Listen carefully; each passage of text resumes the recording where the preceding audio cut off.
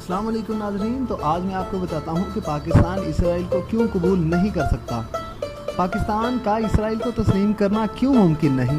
पाकिस्तान और इसराइल दो ऐसी रियासतें हैं जो दोनों ही नज़रिया पे बनी हैं। पाकिस्तान इस्लाम के नज़रिया पे, जबकि इसराइल यहूदियत सहूनियत के नज़रिया पे। ये दोनों नज़रियात एक दूसरे का उलट हैं और उनका टकराव हमेशा हर दौर में रहा है।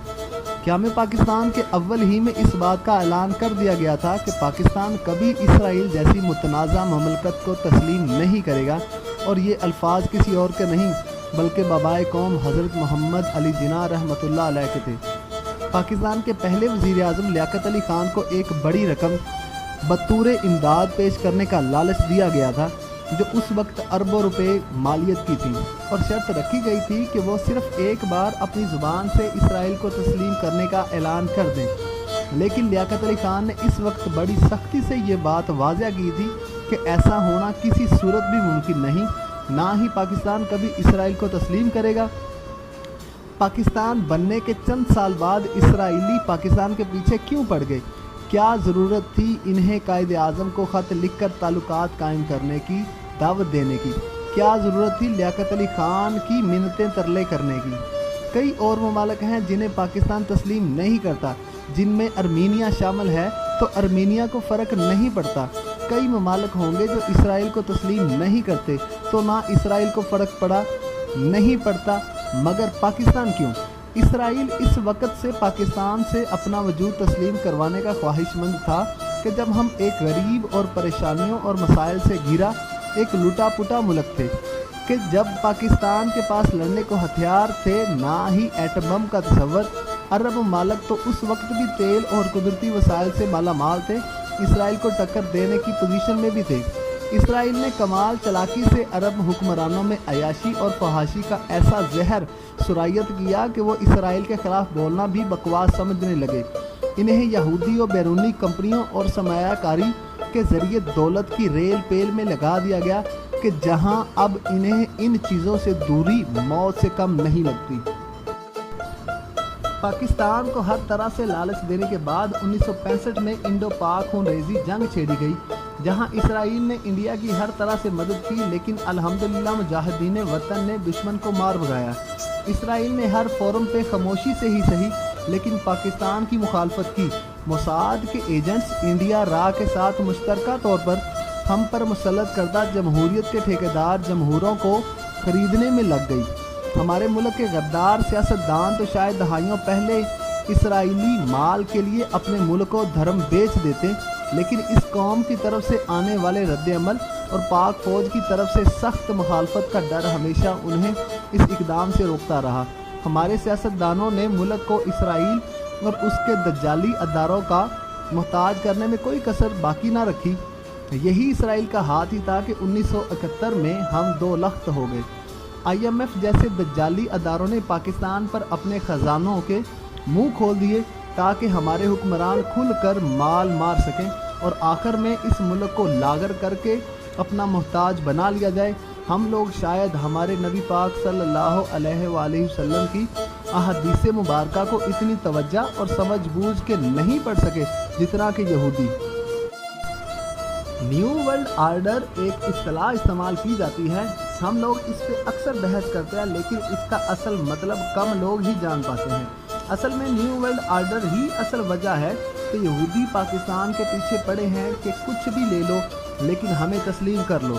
न्यू वर्ल्ड आर्डर एक ऐसा नज़रिया है जो कि एक मजहब है जिसमें सिर्फ दज्जाल की हाकमियत है और यहूदी जो चाहें वही होगा। न्यू वर्ल्ड आर्डर के तहत दुनिया के हर मुल्क को इसके ताबे होना होगा, और दुनिया के हर मुल्क को अपने आइन अपने मजहब से दस्तबरदार होना होगा। सारी दुनिया का बस एक ही मज़हब और एक ही निज़ाम पे इत्तफाक हो, बदले में दुनिया जहां के ख़जाने आपके कदमों में होंगे, और वही कुछ होगा जो दज्जाल और उसके चेलों की मर्ज़ी होगी, और वो आपको करना होगा। अब हम आते हैं पाकिस्तान के लिए इस इसराइल को तस्लीम करना क्यों नामुमकिन है। इसराइल की रियासत वो रियासत है जिससे हमारे नबी आखिर-ओ-ज़मां हज़रत मोहम्मद सल्लल्लाहु अलैहि वसल्लम की अहादीस मुबारका की रोशनी में मुसलमानों की आखिरी जंग होगी। इस जंग के लिए वो मुजाहिदीन वो फ़ौजें जाएंगी जो मशरक़ से हिंदुस्तान को फ़तह कर चुकी होंगी। यहाँ से ये फ़ौजें हज़रत ईसा की मदद के लिए रवाना होंगी।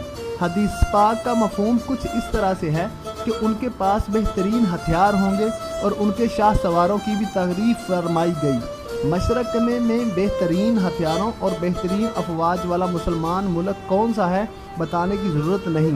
शाह सवार से मेरे नाक़िस इल्म के मुताबिक शायद नबी दो जहां हज़रत मोहम्मद सल्लल्लाहु अलैहि वसल्लम का इशारा पायलट्स और जहाज़ों की तरफ, या फिर पाक फ़ौज के ज़ेर इस्तेमाल टैंकों, मिसाइलों या गाड़ियों के मुतल्लक होगा, वल्लाह आलम। आपने फरमाया कि मुझे मशरक़ से ठंडी हवाएं आती हैं। मशरक़ में कौन सा मुल्क इस्लाम के, अल्लाह के नबी हज़रत मोहम्मद सल्लल्लाहु अलैहि वसल्लम की दुआ से वजूद में आया? किन किन हस्तियों ने इस मुल्क के क़याम में किरदार अदा किया, ये भी बताने की ज़रूरत नहीं। अगर मान के चलें कि पाकिस्तान इसराइल को बतौर रियासत तस्लीम कर लेता है, तो ये बात क्यों आपके जहन में नहीं आती कि फिर पीछे बचा ही क्या है? आखिर फिर झगड़ा किस बात का है? पाकिस्तान के ख़िलाफ़ हर साजिश की ही क्यों जाती? क्या हमारे मुक़्तदर हलकों में बैठे लोग नहीं जानते कि हर साजिश के पीछे कौन है? फिर हमें इतनी जंगें करने की, 17 साल अमेरिका को अफ़गानिस्तान में बर्दाश्त करने की क्या ज़रूरत थी? हमें एटम बम बनाने की क्या ज़रूरत थी? फिर क्या ज़रूरत थी हमें मुक़द्दस मकामात की हिफाजत की कसम लेने की? क्या ज़रूरत थी इतनी फ़ौज की? ये सारी दुनिया तितर बितर हो जाएगी, फिर आमना सामना होगा सिर्फ पाकिस्तान और इसराइल का। हमें ज़रूरत थी अपने SSG कमांडोज़ को ये पढ़ाने की कि तुमने मस्जिद अक्सा भी जाना है, तुमने दिल्ली और कश्मीर भी जाना है। खुदा की कसम खा के कह रहा हूँ, आज इसराइल को तस्लीम करने का ऐलान कर दो, अगले 5 मिनट में पाकिस्तान के ख़िलाफ़ होने वाली किसी साजिश का नामो निशान तक नहीं होगा। दुनिया की हर नेमत पाकिस्तानियों के कदमों में होगी। क्यों? वजह कि इस्लाम से आप दस्तबरदार हो चुके होंगे, तो किस बात का झगड़ा? दज्जाल का रास्ता साफ, ना झगड़ा ना कुछ। बस दुनिया में मौजूद आपके मुखालफिन आप पे शेर शुक्र होंगे। क्या ऐसा हो सकता है? अगर इसराइल को तस्लीम करना होता तो इतना मैदान कभी ना सजता। मैं अपनी गर्दन पेश कर दूंगा आप लोगों के हाथों में अगर ता क़यामत पाकिस्तान ने इसराइल को तस्लीम कर लिया। अल्लाह के बंदो, अगर तस्लीम करना होता तो बहुत पहले ही कर लेते कि ये इतनी जंगें, इतनी शहादतें ना देखते, इतने गद्दार ना देखते। अब आखिरी बात, इसराइल को तस्लीम करने का सोचना और ये सोचना कि ऐसा हो जाएगा, तो ये सरासर इन अहादीस मुबारका का इनकार है जो आखिरी जंगों से मुतल्लिक है। वल्लाह दुनिया इधर की इधर हो सकती है, मगर मेरे प्यारे नबी हज़रत मोहम्मद सल्लल्लाहु अलैहि वसल्लम की फरमाई गई अहादीस मुबारका में एक रत्ती बराबर भी तरद्दुद या गलती नहीं हो सकती। मैं ये मान लूँ कि इसराइल और पाकिस्तान एक हो जाएंगे, तो क्या इन अहादीस मुबारका का कोई वजूद बाकी रहेगा? ऐसा नहीं हो सकता। ऐसा होना इंशाअल्लाह मुमकिन ही नहीं। किसी ने ऐसा करने की कोशिश की भी तो वह खुद भी मिट जाएगा, मगर पाकिस्तान कभी इसराइल से हाथ नहीं मिलाएगा। ये एक नहीं 2 मुक़द्दस मकामात से गद्दारी होगी। हमें बदले में मस्जिद नबवी और मस्जिद अक्सा दोनों देने होंगे। हमें गज़वा हिंद से दस्तबरदार होना होगा, हमें कश्मीर से दस्तबरदार होना होगा, हमें नज़रिया पाकिस्तान का इनकार करना होगा, हमें तमाम शहीदों की कुर्बानियों पे मिट्टी डालनी होगी। क्या ऐसा हो सकता है? नहीं हो सकता यार, नहीं हो सकता। अब वो तमाम है तो इसराइल पाकिस्तान एक हो जाएंगे। अल्लाह के बंदे, ये सोच भी कैसे सकते हो? कई ईमान फरोश निकलेंगे जो इसराइल को माई बाप कहेंगे, लेकिन नबी पाक हज़रत मोहम्मद सल्लल्लाहु अलैहि वसल्लम की अहादीस मुबारका को भी सामने रखें तो ये बात अच्छी तरह ज़हन नशीन हो जाएगी कि ऐसा होना नामुमकिन है। गज़वा हिंद भी होगा और आर्मागेडान यानी इसराइल और पाकिस्तान का टकराव भी। बात बात पे ये मायूस होने वाले मेरी वाल से दूर रह सकते हैं।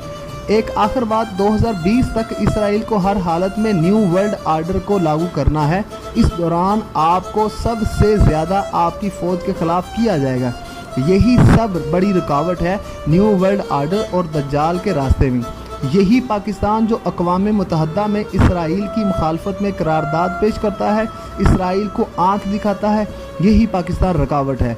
चंद एक गद्दारों के सबब मुल्क से मायूस मत होना और अब ज़रा होशियार रहना। हुकूमत और फ़ौज के बुग़्ज़ में यहूदियों के हाथ ना मजबूत करने लग जाना। ये बहुत बड़ी साजिशें करेंगे। اب آگے آپ پہ منحصر ہے آپ کا ظرف کتنا ہے۔ جزاک اللہ، رہے گا نام اللہ کا۔ اللہ حافظ۔